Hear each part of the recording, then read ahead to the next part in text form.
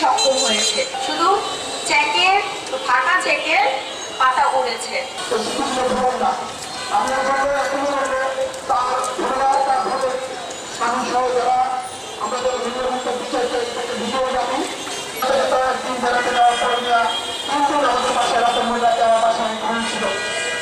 আমরা তাকে আজকে আমরা শুধু বলবো আমাদের এই স্বাধীন সাধারণত এসে গেছে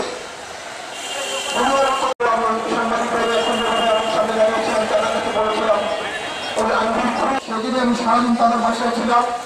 রুমের লাশটাকে নিয়ে আমি আমার কাঁথার মতো লাশটাকে নিয়ে সেই 2021 সাল থেকে 26শে এপ্রিল মুনিয়ার হত্যা হয়। হত্যার পর তাকে ঝুলিয়ে আত্মহত্যা বানানোর জন্য অনেক নাটকীয়তা সেখানে ছিল এবং পুলিশের বিভিন্ন সংস্থা সিআইডি থেকে শুরু করে পিবিআই এবং গুলশান থানা পুলিশ ওনারা সবাই সবকিছু তদন্ত করেছেন।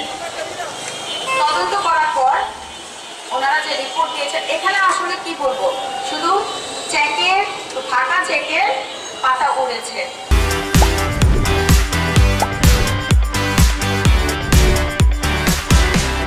ঠিক আছে, তারা যেহেতু দণ্ডার্থ, তো তাদের যেহেতু টাকা আছে, তার টাকা দিয়ে প্রত্যেকটা সেক্টর তারা মানে কিনতে সক্ষম হয়েছে।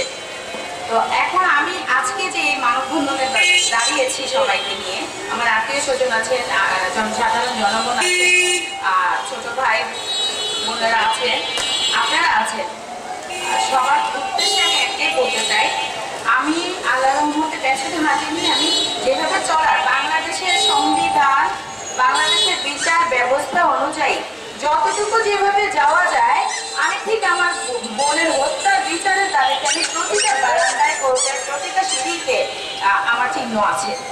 তো আমি এখন হাইকোর্টে আছে, নিম্ন আদালত যখন পিবিআই চূড়ান্ত প্রতিবেদন আপনার অ্যাকসেপ্ট করে খারিজ করে দিয়েছিল, তখন নিম্ন আদালতকে পর্যন্ত বিচারের ব্যবস্থায় আনা হয়েছে এখন আসামি করে বিচারের এগেনস্টে।